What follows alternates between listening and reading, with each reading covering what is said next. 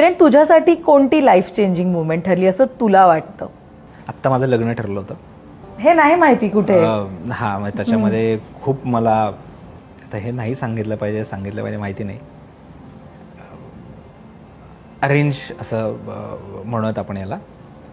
आणि मी सगळं sequence set करून ठेवला होता की हे माझं घर असेल, या घरामध्ये ही आमच्या नवरा बायकोची फ्रेम असेल, असं वगैरे वगैरे. एक 6 महिन्यांचं रिलेशन म्हणजे आता आपण अरेंज करणार आणि त्याच्यामध्ये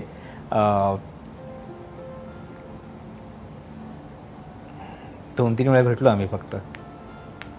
आणि काय मला एक समूह मेसेज आला कोणाचा तरी की ही काय डबल डेटिंगचा प्रकार झाला तो. आणि त्यात मी खूप डिप्रेशनमध्ये गेलो. मी तिला सांगितलं आत्ताच रिसेंटली हे चौकचं शूट चालू होतं तेव्हा.